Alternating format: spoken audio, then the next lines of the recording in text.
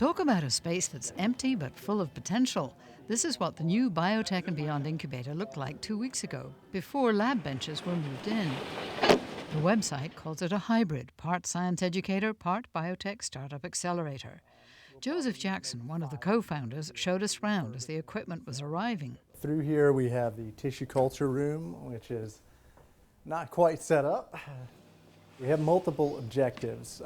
I like to talk in terms of sort of democratizing science, but also demystifying it and even domesticating biology, if you will. Jackson has a vision to create a space where trained scientists can conduct their own private research, and ordinary citizens can come to learn about molecular biology and how to conduct experiments.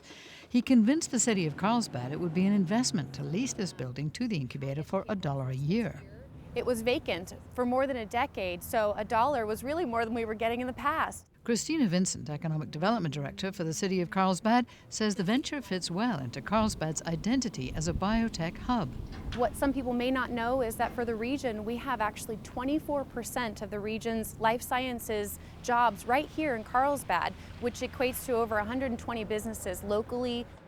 At this point, Biotech and Beyond is just the seed of an idea beginning to take root here in Carlsbad, but it has the potential to become a powerful job creator by changing the model of the way that science is funded. Perfect. I think everyone understands that the old model is collapsing, right? Whether in the pharmaceutical industry, they're calling it Pharmageddon, referring to the kind of crisis in productivity of R&D, where there have been no new drugs discovered to fill the pipeline for big pharma, and they've been laying off their workforce right and left. So the traditional career paths are no longer there. Jackson says it costs $1 billion and well over a decade to bring a new drug to market under the current system. Graduate student Leah Cannon says it's about finding more cost-effective ways to foster future innovation. She believes even citizen scientists could play a role. People still don't understand and are probably a little bit intimidated by the whole concept of things like DNA and RNA and proteins. How do our cells actually work? How do you actually do experiments? But the funny thing is, when you're on the inside as a scientist, it's actually really pretty simple.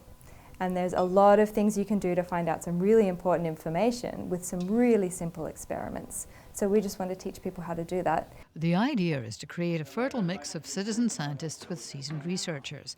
Seasoned scientists are already showing an interest in using the lab for their own private research because any discoveries done in an employer's lab automatically belongs to the employer. Katerina Bobkova says she's had many years of experience with companies like DuPont and Merck, but she's now launching her own company.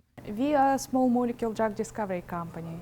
We're currently concentrating on anti-cancer drug discovery and development. Bobkova says research lab space can cost thousands of dollars a month, whereas here it'll cost a few hundred to rent a bench for a month. Oh, it's absolutely important for very early startups like us. When you do need a lab space, an affordable lab space, and you want to be in the company of other people with professional background like your own. The biggest challenge for this startup incubator will be to raise the financial support to become self-sustaining. But the cost of doing things like mapping a human genome is falling fast. Co-founder Kevin Lustig, a Harvard graduate with 2 science-related companies of his own already, is excited about who'll show up to use the lab space. There are probably, in this area alone, hundreds of people, if not thousands, who have a tremendous amount of talent. They could be the next Einstein for all we know. But because of the fact that they were born into a certain situation, they needed to get a job because they started their family early, they never got the opportunity to get that training and to interact with like-minded people. And so we're trying to lower the barrier to innovation so those people come in the door and we can help identify those people that can really help us solve the problems that we face together. The city of Carlsbad has set ambitious goals for Biotech and Beyond to grow membership to 50 people in the first year and launch 8 startups in the first 2 years. Alison St. John, KPBS News.